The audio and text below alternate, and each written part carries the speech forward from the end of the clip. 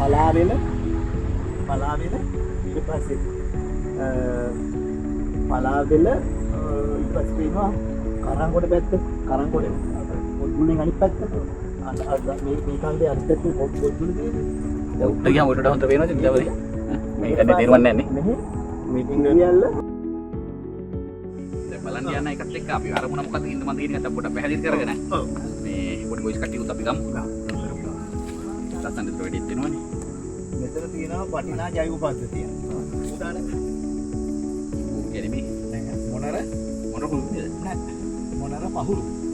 මොනර පහුරු කියනවා සහ දුටු සතුටු කියලා කියනවා. දුටු සතුටු. ඕකේ වියලි කෝටුවක් ඕකේ මැනිච්ච කෝටුවක් අරගෙන මේ වතුරේකට දාපුවාම එහාට මෙහාට කැරකෙවිලා පාවෙලා උතුරට තමයි හිටින්නේ. ආ එහෙමද? ඔව්. චුම්බක බල ශේෂ්ත්‍රයක් තියෙන ওই ශාඛා.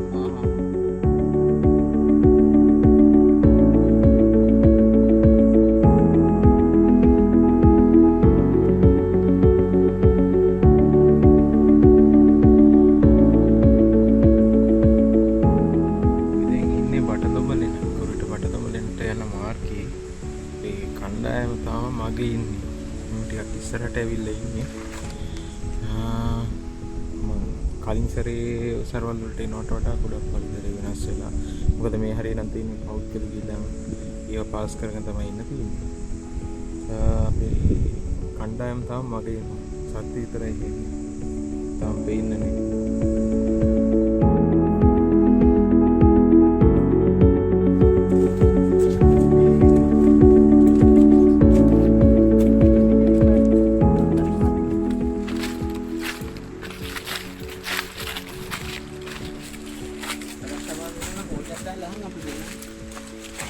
මේ තියෙන ඉස්තෑවෙක්ගේ ගයක් කබල්ලායගෙත් ගේ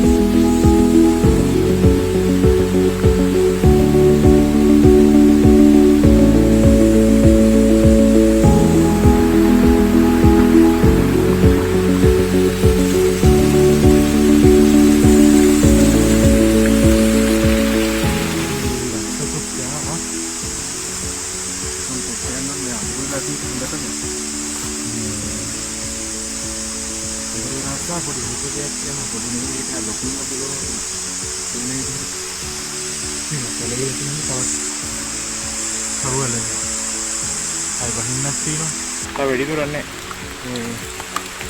වෙන පේනවා.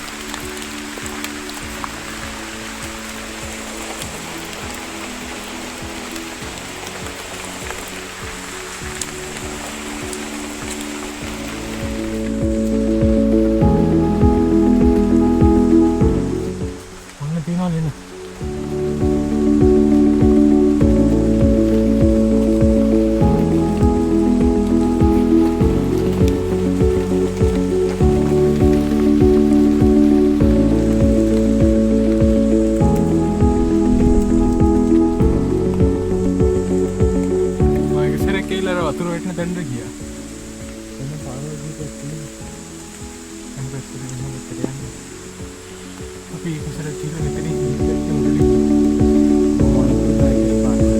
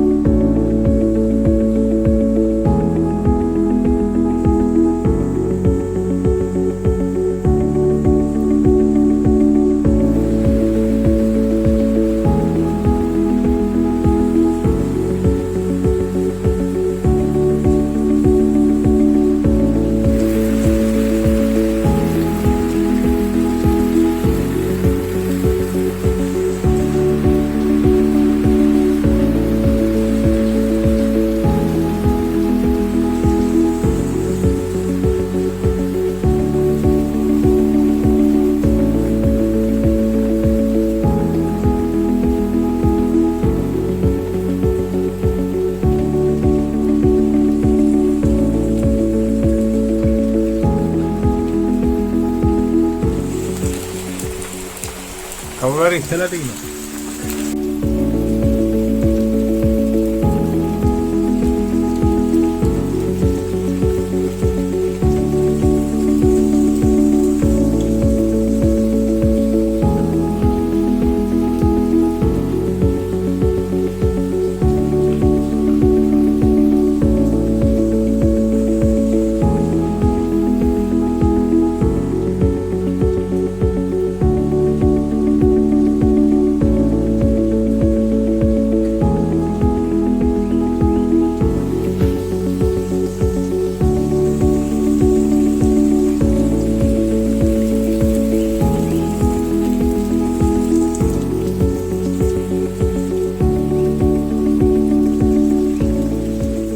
දැන් වවුල වර්ග දෙකක් මේ ගල්ලෙන් පරිශ්‍රය තුළ ඉන්නවා.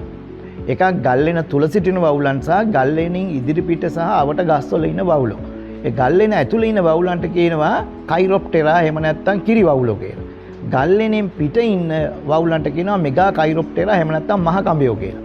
මහ කඹයෝ කියන වවුල වර්ගය යැපෙන්නේ ශාක භක්ෂක පළතුරු සහ ගෙඩි දළු මත.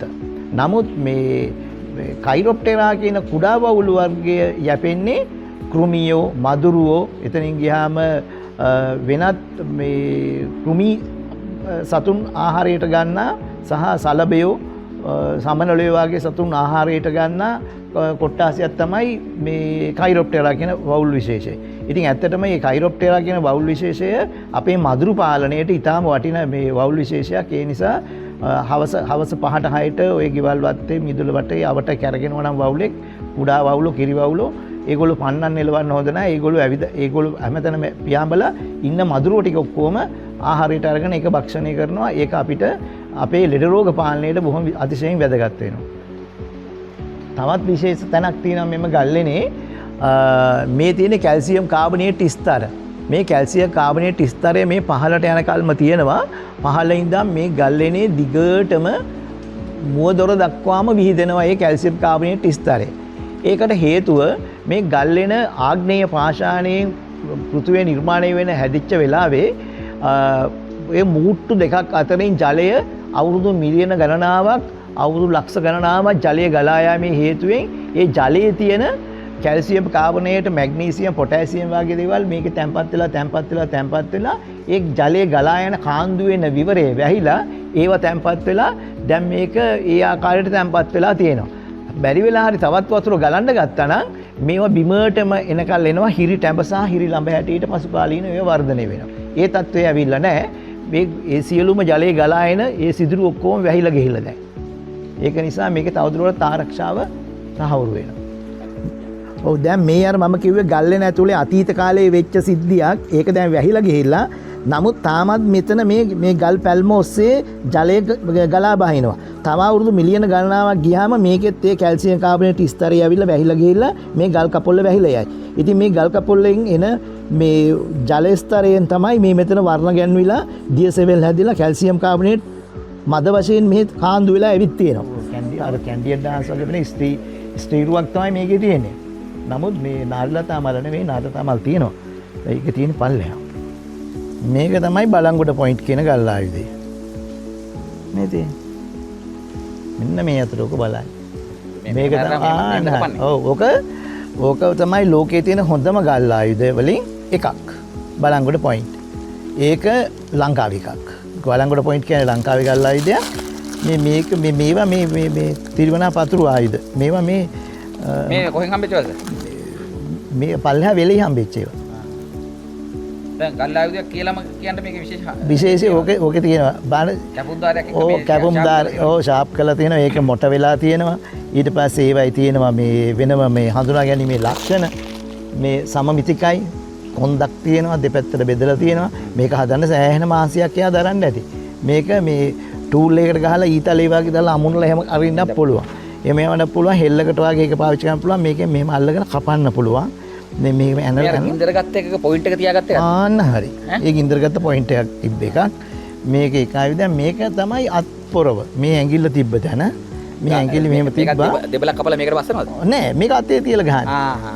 මේකෙන් තමයි ගහන්නේ. මේක දිහු වෙලා තමයි අත්පොරව මිටිය හදාගන්නේ. මේ හරියටම දෙපැත්තට බර බැලන්ස් වෙන්න. සමමිතිය කියන එක මේ දෙපැත්තට බර බැලන්ස් වෙන්න. පොයින්ට් එකේ එන්න. හැඩේ එන්න. ඒක නම් පුදුමයි අප්පා. මෙච්චර තාක්ෂණයක් මිනිස්සුන්ට හිතන්න පුළුවන් වුණා කියන එක. පළඟු ගලකින් අපිටවත් බෑ මේක එකක් හදන්න. යා දවස් ගාණක් මහන්සි වෙන්නද මේක හදන්න. තලලා මෙමින් තලලා අට්ටු කරලා. ඔව් පොඩි ගලකින් තව එකට ගහලා අංකෑලි වලින් ගහලා ඒවා මේ හිතන්න මෙහෙම යන නිර්මාණය කරලා කියන්නේ මිනිස්සයා අද ඉතින් අද මේක තමයි අපේ ගෑස් ලිපියට ටස් කරලා ගහනකොට පත්තු වෙන්නේ. මෙයා තමයි ඒකේ ඉන්නේ. ආයි මේ ක්වාට්ස් ඔර්ලෝසු වල මේ ක්වාට්ස් කියලා ගහලා තියෙන මේක.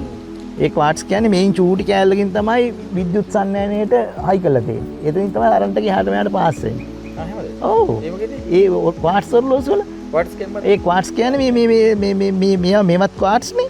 මේවයින් පුංචි කෑල්ලකින් තමයි ඒක ඇතුලේ මේ හයි කරලා තියෙන්නේ මේ විද්‍යුතේ එහාට මෙහාට. ඔව්.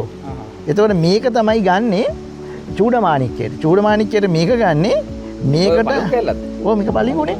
මේකට අකුණ ඇවිල්ලා පොළොවට එනවා.